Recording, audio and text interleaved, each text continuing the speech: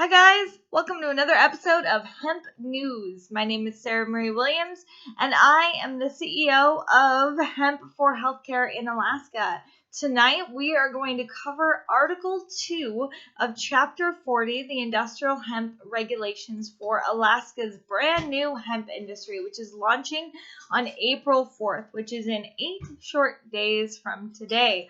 So today we are going to cover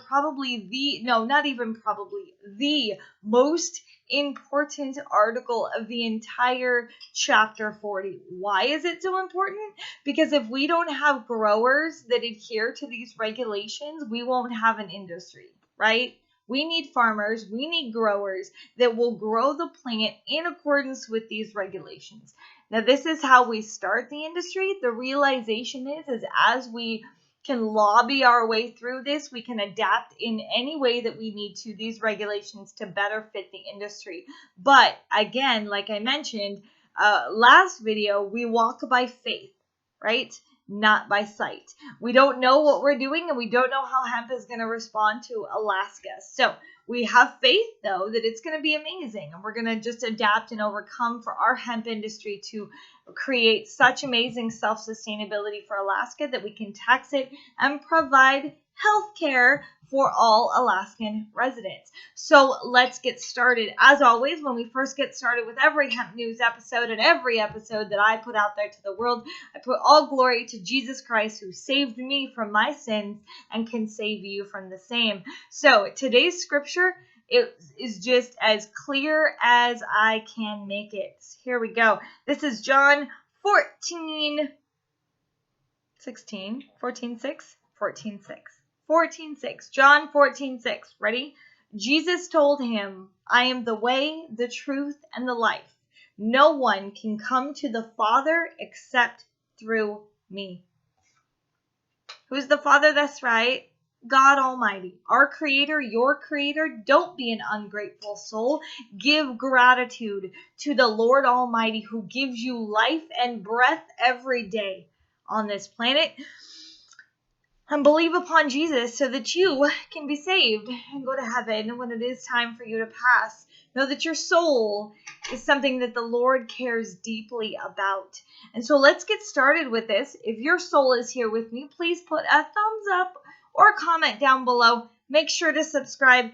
We're going to cover Article 3, 4, 5, 6, 7, 8, and 9 in the next coming days, every day until April 4th when the industry launches, technically. Now, technically, April 4th is our launch date, but April 6th will be when they first start reviewing applications. Now, application forms are not yet on the website, so hold tight. As soon as those come, I will print them and have them for you. But for now, let's get started.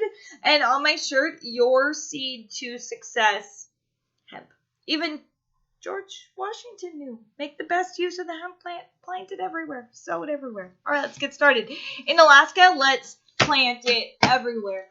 According to yesterday's video, when we discussed Article 1, you need a grower registration to grow industrial hemp legally in the state of Alaska, right? So a grower registration. That's what Section 200 is. There are 20 sections in Article 2. You can find all of these regulations on the Division of Agriculture website under the Industrial Hemp Pilot Program link. Dun-dun-dun. Let's get started. So, 11 AAC 4200, grower registration required. A person may not grow industrial hemp unless the person has obtained a grower registration from the division in compliance with this chapter or is operating under a registration subject to 11 AAC 40.200 through 11 AAC 40.295, which is this chapter. It's very redundant. Welcome to government. Number 2, 11 AAC 4205. Grower registration, privileges, and prohibited acts. Okay? A registered grower is authorized to do the following in compliance with this chapter: grow industrial hemp, store industrial hemp, hemp seed, and propagules, receive compensation for raw industrial hemp from a registered processor or other registered grower if the hemp has been sampled and tested by the division to prove the raw hemp contains less than 0.3% Delta 9 THC. 4. Receive compensation for raw industrial hemp from persons who are not required to be registered by this chapter, including consumers in the state, if the hemp will not be further processed, and the lot of industrial hemp from which it is sourced has been sampled and tested by the division and is less than 0.3% THC. Now, my question is, in this case, can growers become retailers? And is there any use for raw industrial hemp that doesn't require it to be processed into something else? Could a grower become a retailer by simply selling the raw industrial hemp to an end consumer who simply takes that raw industrial hemp and uses it exactly in the form that they send it to and sell it? I don't know. Good question. If you know something, comment it, please. All right. A registered grower may also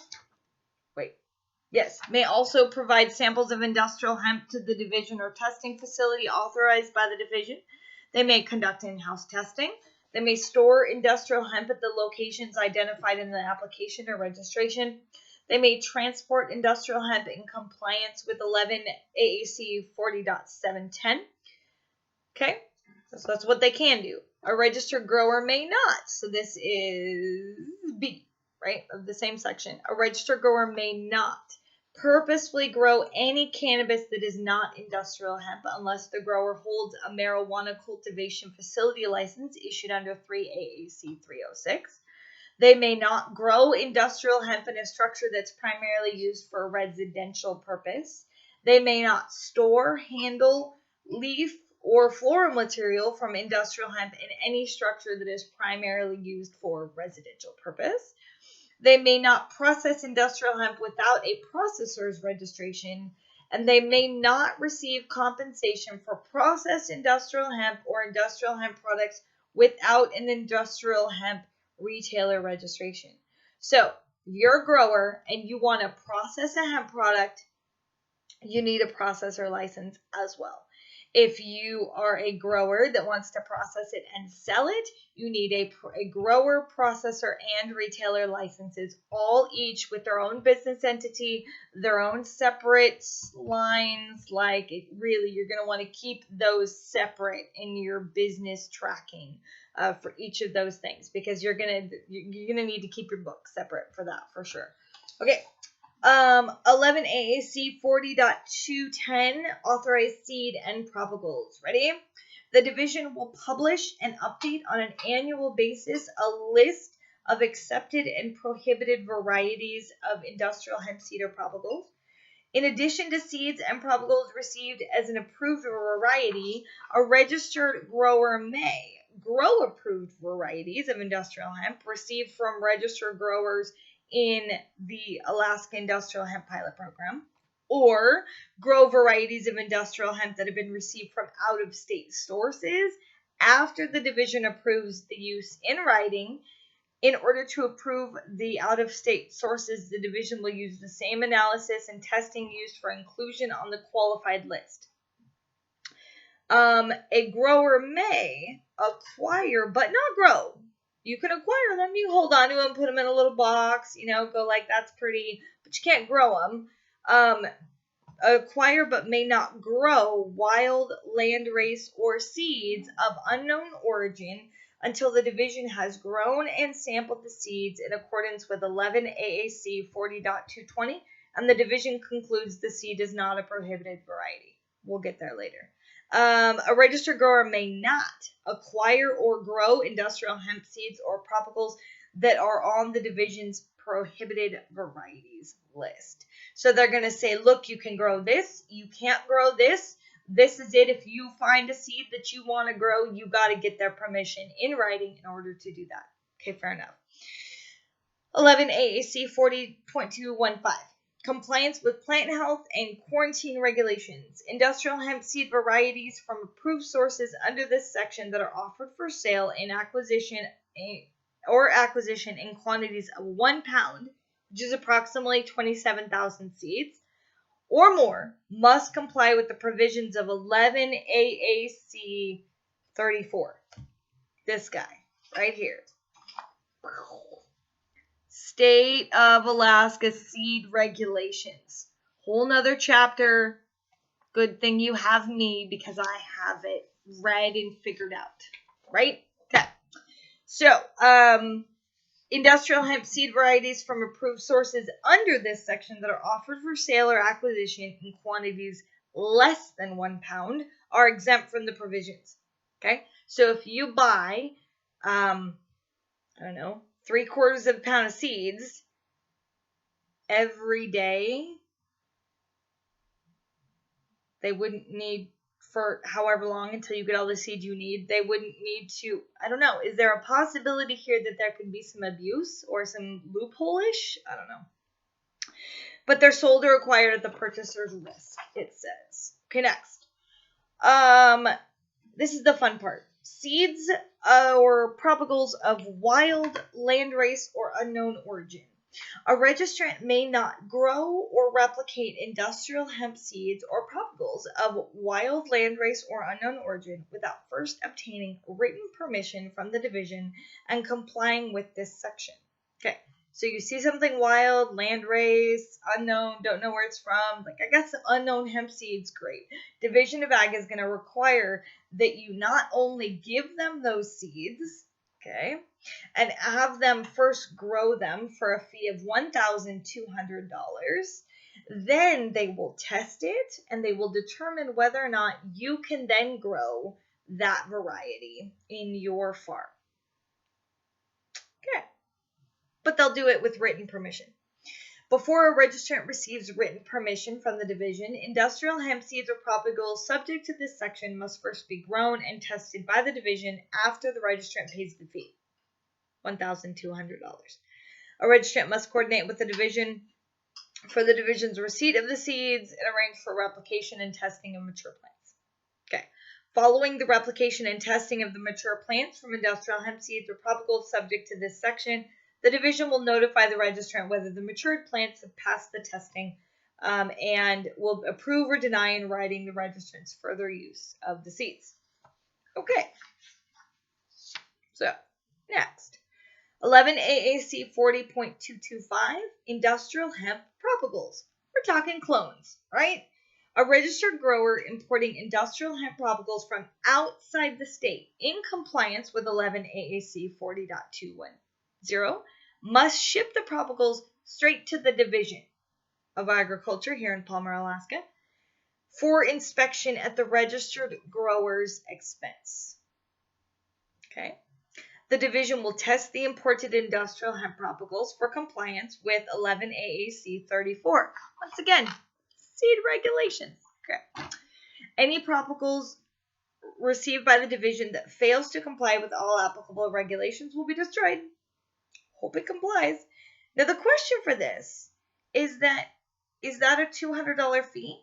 Because according to our fee schedule from Article 1, it says that a sample of industrial hemp is a $200 testing fee. But what's the fee for propagules? Is it the same? Is it each one will be $200? Gosh, okay. I don't know. Gotta figure out that question. Or that answer, rather. The division will arrange for pickup or ship the industrial hemp propagules that pass division inspection to the registered grower at the registrant's expense. All right, moving on. 11 AAC 40.230, documentation of seed and propagule source and distribution. A registered grower must document all sources of industrial hemp seeds and propagules and the registrant's distribution of those seeds and propagules. The documentation must contain the name of the person from whom the seeds or propagules were acquired, then proof that the person identified in one of this subsection is either a registered grower with the Alaska Industrial Hemp Pilot Program, a source registered or licensed with a different industrial hemp pilot program operating in accordance with 7 U.S.C.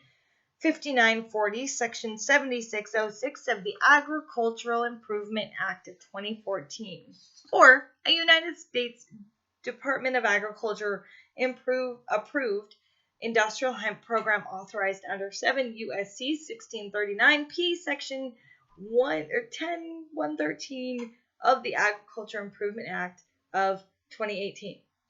Farm Bill 2014 or Farm Bill 2018. That's what they meant to say. Or a lawful international source authorized in writing by the division. Okay, number 3, it'll also include the date of acquisition, and it will include, if applicable, any identification of any trademarks, patents, or other proof of intellectual property for the seed or propagules, and identification of all registered growers or other persons to whom the registrant distributed the seeds or propagules. B. A registered grower shall keep and maintain records required by this section for a period of 3 years from the date of acquisition or distribution of the seed or propagule. A registered grower must provide documents required by this section to the division upon request. Okay, here's why. All of this information is collected because when we passed Senate Bill 6 here in Alaska, we passed it with the intention that we would study whether or not industrial hemp was going to be a viable business opportunity for Alaska, whether it was going to be an industry that would work well for us, whether or not we really could justify continuing to put money, time, and energy into this industry. Now, you and I both know that of course it will be, but as part of this regulation or part of this law, in 7 years' time from the date of its passing, we need to put forth a report to the legislature regarding all of this information about whether or not this was a legitimate industry for Alaska. So hence, that's why all of this reporting is going to be required. 11 AAC 40.235, grow areas. A registered grower may not grow industrial hemp outside the authorized grow area identified by GPS coordinates and identified on the approved application. The registrant must destroy any industrial hemp that grows outside the authorized grow area. So if you noticed any seeds that have just happened to show up over here outside of this grow area, you just need to dig them up, put them back where they need to be. Okay? Just saying. All right. Now, 11 AAC 40.240, land use restrictions. This is where it gets interesting, especially here in the Matanuska-Susitna Valley here in Alaska. Okay, we've got winds, and those winds blow stuff all over the place. And so, at the same time, though, we also grow cannabis indoors, so we can control our environment tightly, or it could be up to who knows what God has in store regarding this plant. So, let's see how this goes. So, land use restrictions. A. The isolation distance between 2 or more varieties of the plant cannabis for the purpose of keeping all seed pure is 3,230 feet, which is 1,000 meters. In addition to an isolation distance, planted hemp shall also be separated from other planted forms of cannabis by a barrier that plainly distinguishes hemp from another form of cannabis. Okay, right? Especially if you've got your cannabis growers that are going to grow cannabis with THC in it. Super important to separate those things. You just put a sheet. Is that a clear barrier? Is that good? I don't know. Hemp may not be grown in a grow area smaller than 1/4 acre, and no fewer than 200 plants may be planted in a grow area unless approved in writing by the division. Hemp may not be grown on property owned by or leased from a person who is ineligible to participate in the Alaska Industrial Hemp Pilot Program under 11 AAC 40.030. Or whose registration is suspended or revoked. Okay, I get it. Your registration is suspended or revoked. That makes sense. The absolute only other requirement that you have to be in order to participate in the Alaska Industrial Hemp Pilot Program is you got to be 18 years old. Okay, sounds good. 11 AAC 40.245. Signage. If a grow area is 1 acre or less. Now, in the previous section, we learned that your grow acre has to be at least 1/4 acre or more. So you got to be 1/4 acre to 1 acre in order to need a sign. Okay, if you're 1/4 acre to 1 acre, you need a sign that's no smaller, at least, it has to be at least 144 square inches. So a foot by foot that says these things. And it has to be at the grow area and visible to the public. And it needs to say the title of Alaska Industrial Hemp Pilot Program. It needs to say the registration holder's registration number, and contact information for the Alaska Industrial Hemp Pilot Program in the Division of Agriculture. This is only for farms that have an acreage of 0.25 to 1 acre. That's it. If you got 1.25 acres, you don't need to sign based on this segment right here. Okay. Next. 11 AAC 40.250, planting reports. Now, once again, this is an attempt to collect the data so we can provide the data for the legislature down the road, and we can provide just a healthy industry because we know what the industry is doing, right? Not later than 20 days after seeding, direct sowing, or replanting of hemp seeds and propagules, a registered grower must submit to the division by mail or email a planting report on a form prescribed by the division. If the planting is outdoors, this is outdoor planting, the planting report must contain the name, varieties of the variety, strain, cultivar of the seed or the propagle, the field location by cross streets or GP and very important in legalese to know the difference. Cross streets and GPS coordinates. Here in Alaska, it could be like miles 6.7, so GPS coordinates very important. A statement of intended use of crop harvested for each planting, like I will be using this crop for hemp seed, or for fuel, or for hempcrete, whatever.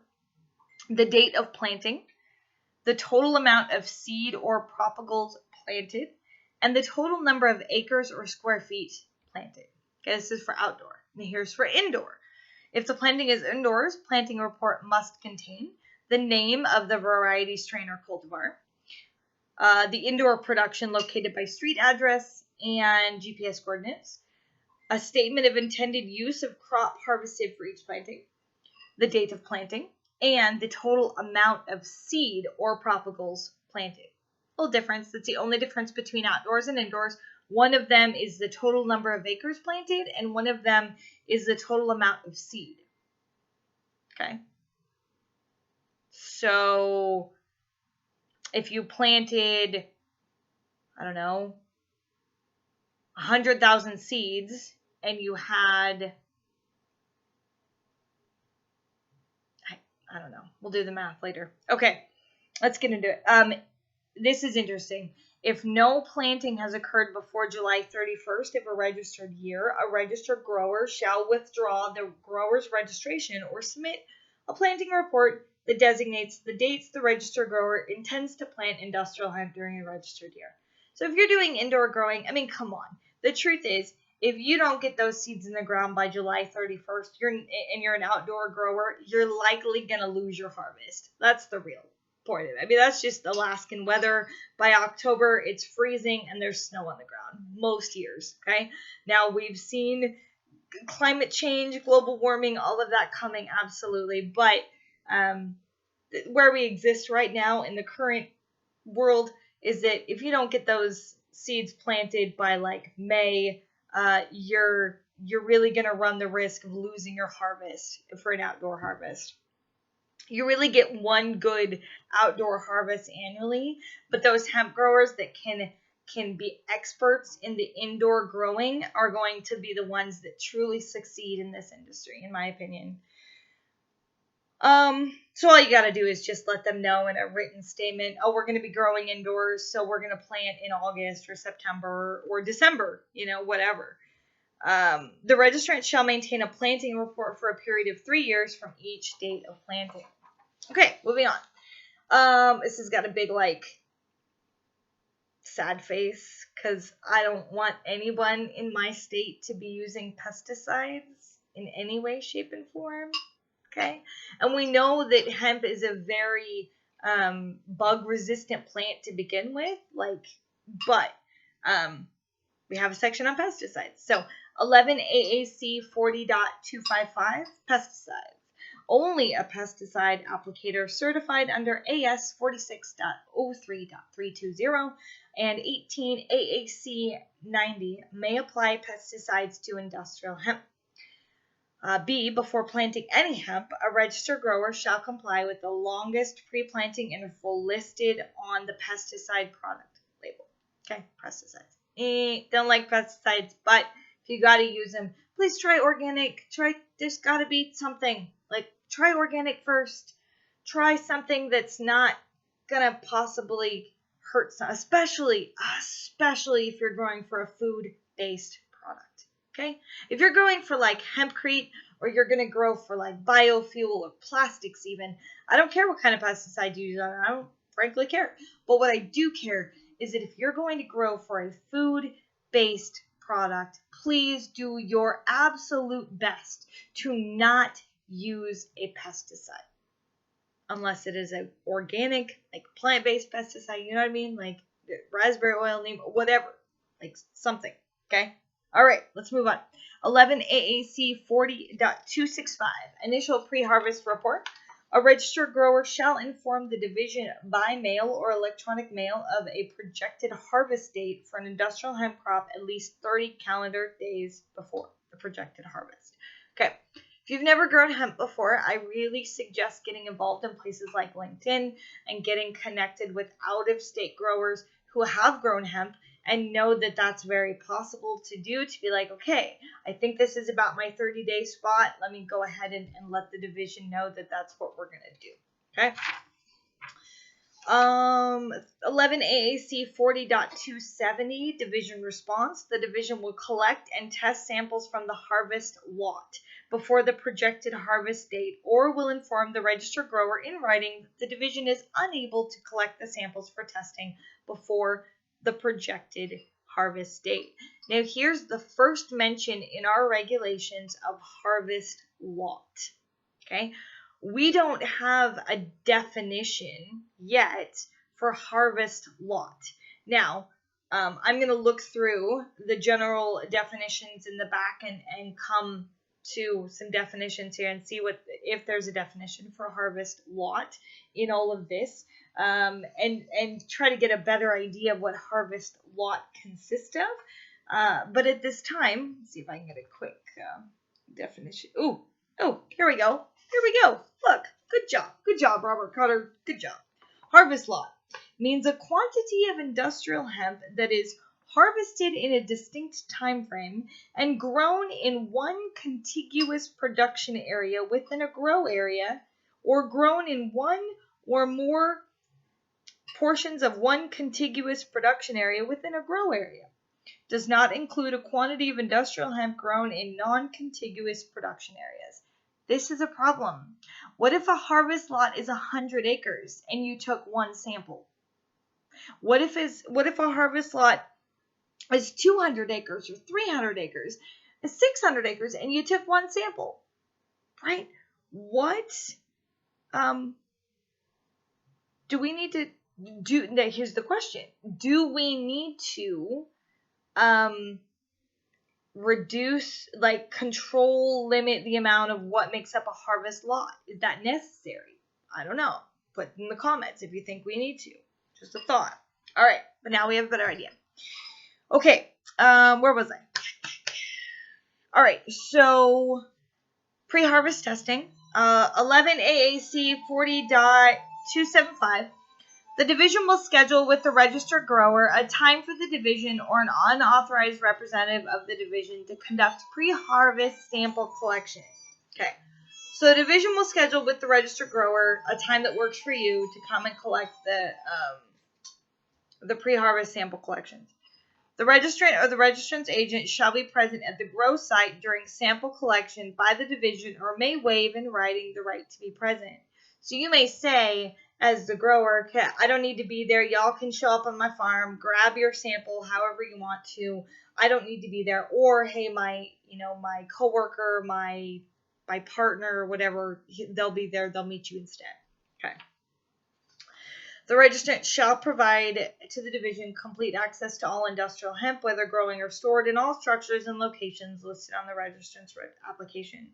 Based upon the availability of division personnel, the division or representatives of the division will sample grow areas identified in a registrant's pre-harvest report and may sample other portions of the grow areas randomly. Okay, this was something that is a bit of a concern. Each sample that the division harvests is a $200 fee that the grower has to pay. They can sample those areas. How many are they going to sample? How many they think they should sample? There's no clear definition in the regulations, and there's a potential for abuse, possibly. So the fear could be that now, not saying in any way that Rob Carter or the Division of Agriculture are these kinds of individuals, but what would limit that from happening? Is that necessary that we have that limit in there? Like, we have a good, we know these guys are not, crooked now, but in the future, do we need anything in there that would limit how many samples per acre, per 10 acres or 100 acres one can take? Is that necessary? If you have comments, put that in the comments, please. Okay. The division or representatives of the division collecting or transporting the samples from a harvest lot or random sampling area have the legal right to possess and retain the sample and transport it to the laboratory for analysis. The registrant shall be responsible for the cost of sampling. Again, $200 per sample. Any sample taken by the division for testing is property of the division. So once they take it, it's no longer your property as the grower. It's now the property of the state, the Division of Agriculture. All right. 11 AAC 40.280 post-harvest testing. If the registered grower is informed in writing that the registrant may harvest industrial hemp from a harvest lot before division sampling and testing, the registrant may proceed with the harvest. So the registered grower gets an email from the Division of Agriculture, says, hey, you can go ahead and harvest that. We're not going to, maybe you're in the middle of who knows where in Alaska. We're not going to be able to get to you in time for us to be able to test that prior to your necessary need to harvest it. Go ahead and harvest it, but as long as it's in writing, right? You got to get that in writing. The division will schedule with the registrant a time for the division or an authorized representative of the division to conduct post-harvest sample collections. The registrant or the registrant's agent shall be present during sample collection by the division or may waive the in writing the right to be present. The registrant shall provide to the division complete access to all industrial hemp, whether growing or stored, in all structures and locations on the registrant's application. Okay. So, pretty simple, right? So post-harvest testing, there's a pre-harvest testing and post-harvest testing. So is that an expectation that you're going to need a $200 pre-harvest testing fee and a $200 post-harvest testing fee and to work that into your business plans? We'll see. 11 AAC 40.285. Sampling and harvesting of industrial hemp within Delta 9 THC limitations. Welcome to hemp, my friends. It needs to be 0.3% or less THC inside whatever's harvested, right? 0.3 or less.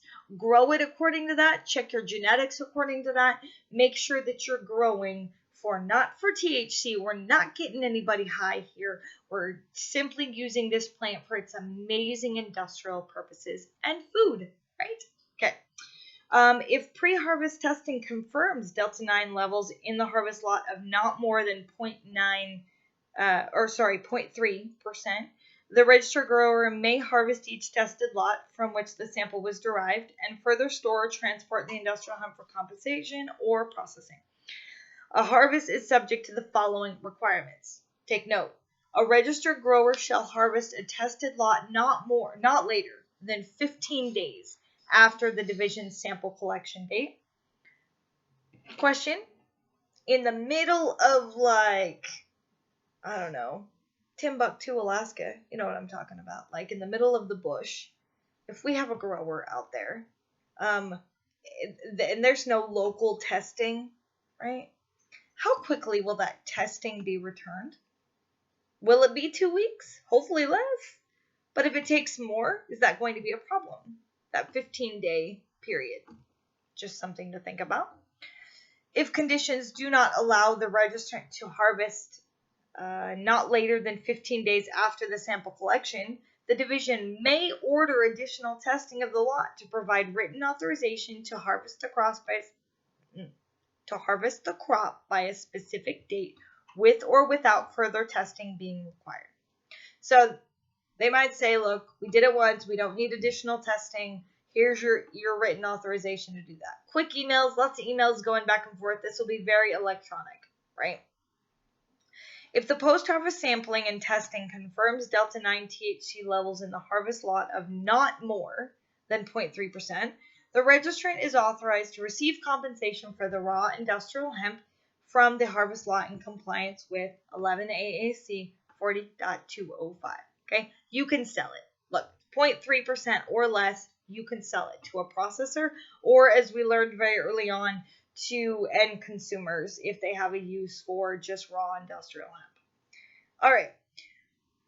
11 AAC 40.290, sample results in excess of delta-9 THC limitations. If a pre- or post-harvest sample tests greater than 0.3% delta-9 THC, the test lot must be destroyed. Unless reconditioning is permitted under B of this section. If a sample tests greater than 0.9% delta-9 THC, but not greater than 1.0% delta-9 THC, the division will issue a notice of violation. Don't do it again. Right? There's your notice of violation. Don't do it again. Recondition your product. Okay. So, the registered grower may elect to recondition the failing lot with another lot within testing levels in an attempt, I just saw a grammar error in our own regulations. Awesome. In an attempt to reduce the delta-9 THC of the reconditioned lots to not more than 0.3%. The registrant is responsible for sampling costs set out in 11 AAC 40.100, $200 again. And testing costs of the reconditioned lots, also likely $200. So it's a guarantee if you need to recondition, it's going to be a $400 game. If the reconditioned lots still exceed the 0.3% delta-9 THC, or if the registrant chooses not to recondition the lot, the registrant shall destroy the hemp in compliance with 11 AAC 40.665. Now this, we'll get into it when we get to Article 6, how all the hemp should be destroyed. Okay. If a pre- or post-harvest sample tests in excess of 1% delta-9 THC levels, the division will issue a notice of violation, order the destruction of the harvest lot in compliance with 11 AAC 40.665, and notify the Department of Public Safety, because you're a criminal now, and the Marijuana Control Board of the notice of violation. That's kind of what it feels like. I don't know. Maybe I'm overreacting, but that's what it feels like. Like, oops, my plant, by the genetic history of, whatever, produces more than 1% THC. Still probably not enough to get you high. But now the Department of Public Safety gets to get notified, because you got a controlled substance. Good stuff. I will constantly lobby for a change here. I wholeheartedly believe that I do not care about the THC quantity of my biofuel, my plastics, my animal bedding, my clothing, my houses, hempcrete. I don't care about any of that. What I do care about is the THC quantity of the food and for human and animal consumption. That's what I think most people care about. So in the future, I think it would be wrong to destroy an entire crop simply because it was above that 1%, where I do believe that it should be over the 1% is just recondition it for a different use. Be like, oh, I had planned to use that for food, not going to work. let's plan to use it for, I don't know, clothing, textiles, right? Okay, moving on. 11 AAC 40.295. This is our last chapter, our last section of this article. Post-harvest reports. A registered grower, again, must submit to the division by mail or electronic mail a post-harvest report on a form prescribed by the division not later than 60 days after receiving sampling results from the division. So I got my sampling results from my post-harvest no later than 60 days. So just make it a business plan, operation plan response that when you get your harvest, that you, and as soon as you sell your product, that this is, you get these forms in and get these reports in. So the report must include the following information: identification of the lot and grow area harvested by, cross streets and GPS coordinates as applicable, to the quantity of the industrial hemp harvested or destroyed, the testing results for the sample of the harvest lot, the disposition of the harvest lot, including if the lot is being stored on site, documentation of all peoples who provided compensation for the harvested lot, of all persons who were offered the harvested lot free of charge, or of each registered processor to whom the harvest lot was provided. For lots stored on site, the disposition information described in B4 and 5 of this section must be submitted not later than 60 days after disposition. So this is super, super important. This planting, or rather this post-harvest report, it's just part of us figuring out how this industry is going. So, don't neglect these. Help us out so that we can be successful with this. So that is Article 2, the grower registration. And I am so excited.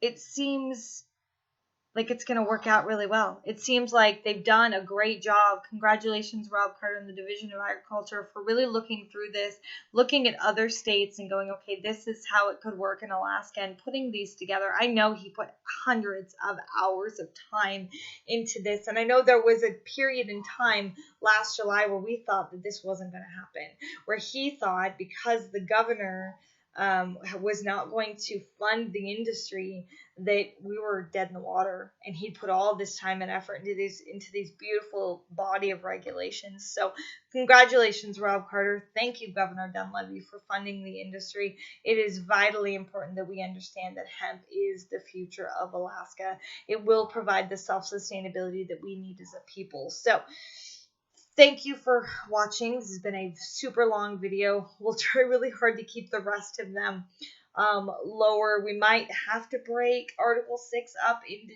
2 separate videos. The testing article is going to get pretty intense, I think. So that being said, thank you for following along. Let me pray for you. Please let me pray for you. Please stick around to let me pray for you. Father God, I want to thank the person that's on the other end of this video and having spent their time with me to watch this video and to really educate themselves about the future of Alaska and how the hemp industry and growers will work. Lord God, I ask that you come into their lives and you heal them and you bless them and you provide for them in a way that you've never, ever have before. And if they believe in you and they follow you, I ask that you help them increase their faith. And if they don't know you yet, I ask that you come and you show your glory in their lives, just as you've shown your glory in mine. Father, I ask that you come now and you provide a hedge of protection over Alaska, and that as we navigate this COVID-19 thing, that you heal our people and you provide just a place where we know we can trust in you, that you are working all of this out for the good of those who love you. And so for tonight, I ask that all those who watch this tonight on March 28th of 2020 and every day in the future, that you bless them and you keep them and you lift up your face towards them. Lord God, you shine your mercy upon their lives and show us your glory. In Jesus' mighty name, amen. Until next time, tomorrow night we're going live. So tune in, 6:30 p.m. I think we're going to do 6:30. No, I think I might do 5:30 p.m. Nope, I'll do 5 p.m. I'll do 5 p.m. tomorrow night. It's Sunday, so I've got church at 6 p.m. Online church, Kings Chapel, Alaska. Woo, woo, praise God. So we'll do 5 p.m. tomorrow evening, March 29th, 2020. Tune in live. Make sure to subscribe, hit the like button, and share. Hemp is hope for Alaska's future. Come create the future with me. God bless.